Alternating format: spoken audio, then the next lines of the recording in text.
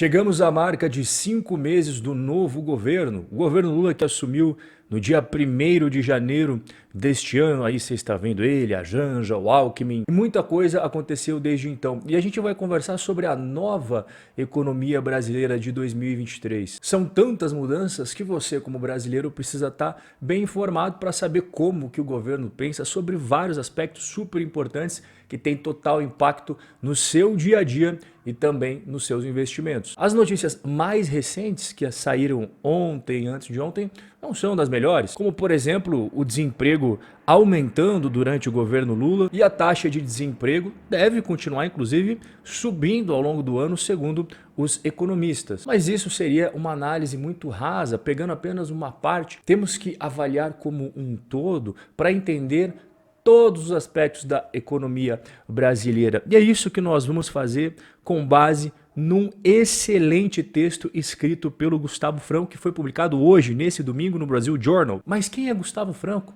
Ele é PhD pela Universidade de Harvard, economista também formado na PUC-Rio, foi presidente já do Banco Central brasileiro e é um dos personagens-chave da criação e implementação do Plano Real. E eu selecionei aqui os principais pontos da aula que ele deu explicando sobre a nova economia brasileira. O novo governo, ele tem uma visão diferente sobre você se endividar. A dívida interna não é um problema, pois sempre pode ser quitada por papel pintado emitido na quantidade necessária. É uma ideia genial, porque para pensar. O governo, como você sabe, ele sempre gasta mais do que ele arrecada, e o que ele arrecada com impostos não é o suficiente para cobrir todos os gastos. Então, o que você faz? Para fechar esse rombo, você emite títulos públicos, que nada mais é do que a dívida pública brasileira. E como os títulos públicos são emitidos em real brasileiro e o governo pode criar dinheiro do nada, então faz total sentido esse pensamento do novo governo que você pode se endividar o quanto você quiser, porque basta você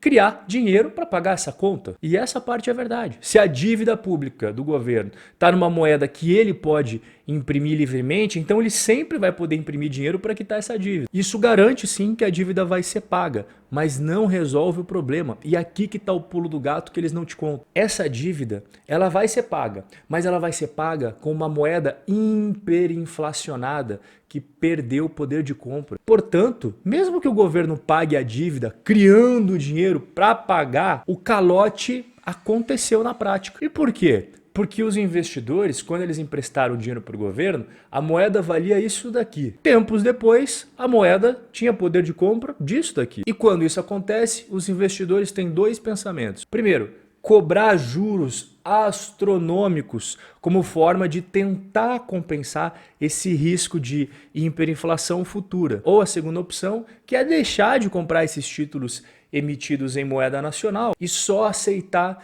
títulos que o governo emite em moeda estrangeira, como por exemplo, dívida em dólar, porque nesse caso o governo não pode imprimir dólares, ele pode imprimir reais, mas dólar não. Outro pensamento muito comum aí do novo governo é que as pessoas, o consumidor, não é o responsável por pagamento de impostos. Tudo que você vê aí de impostos, taxas, contribuições, são só as empresas que pagam, nada é repassado para o consumidor. A incidência é de quem recolhe a DARF. Afinal de contas, de quem mais poderia ser? Esse é o típico pensamento de quem nunca vivenciou no mundo real, nunca trabalhou dentro de uma empresa, nunca abriu um CNPJ. Quando existe um aumento da carga tributária, criação de novos impostos, aumento de alíquotas de impostos já existentes, pode até ser que as empresas não repassem do dia para a noite, mas tenha certeza absoluta que elas vão repassar isso daí para o consumidor. Seja produtos, seja serviços, no final do dia a tributação sempre cai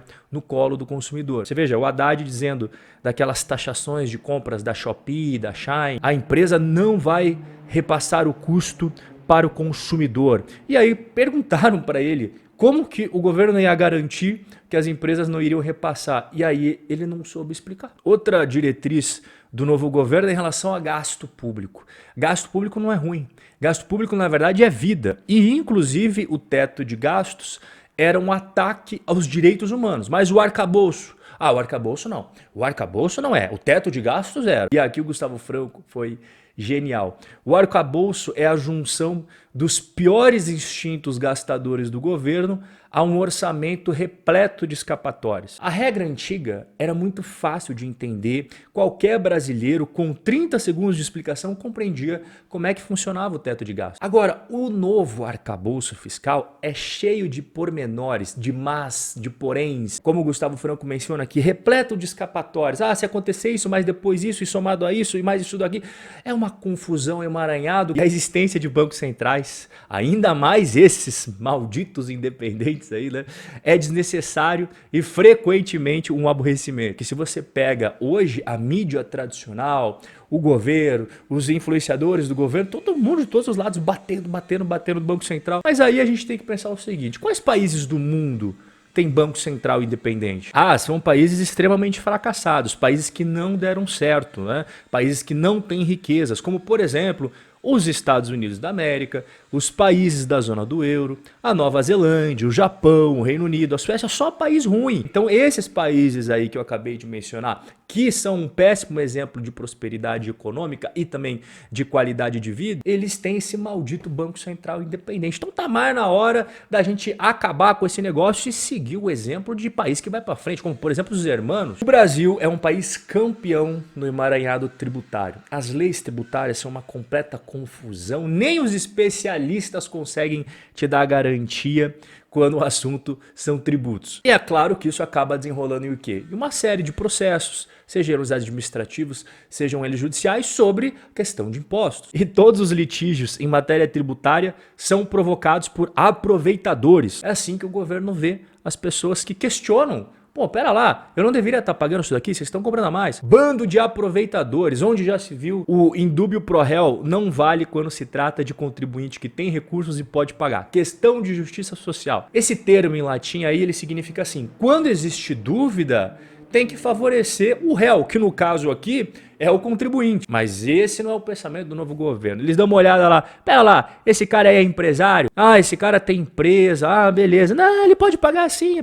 Questão de justiça social, não quero nem saber. E a gente tem um negócio no Brasil que é o CARF, né? E o CARF, ele tem ali a galera que vai votar. E o Gustavo Franco chama de VAR isso daí, né? As decisões do VAR serão todas a favor do time da casa. Claro, sempre questão de justiça social. Deixa eu explicar um pouquinho melhor isso daí. Chegou o processo lá para o Centro Administrativo de Recursos Fiscais da Receita Federal. Beleza. Aí vai ter um monte de gente lá que vai decidir o futuro ali da sua empresa, se você vai se lascar de vez ou se você vai ganhar aquela questão tributária. Entrou em vigor esta lei que você está vendo, 10.522, que dizia o seguinte, em caso de empate no julgamento, será decidido favoravelmente ao contribuinte. Com a virada do ano, entrou um novo governo e já mudou essa história. Você fala, não, esse voto de qualidade aí, ele vai voltar a ser sempre favorável ao governo. É muito simples, precisamos arrecadar mais impostos. Na dúvida, o contribuinte se lasca e a gente vai receber mais grana. E para finalizar, todas as renúncias devem ser consideradas como tributos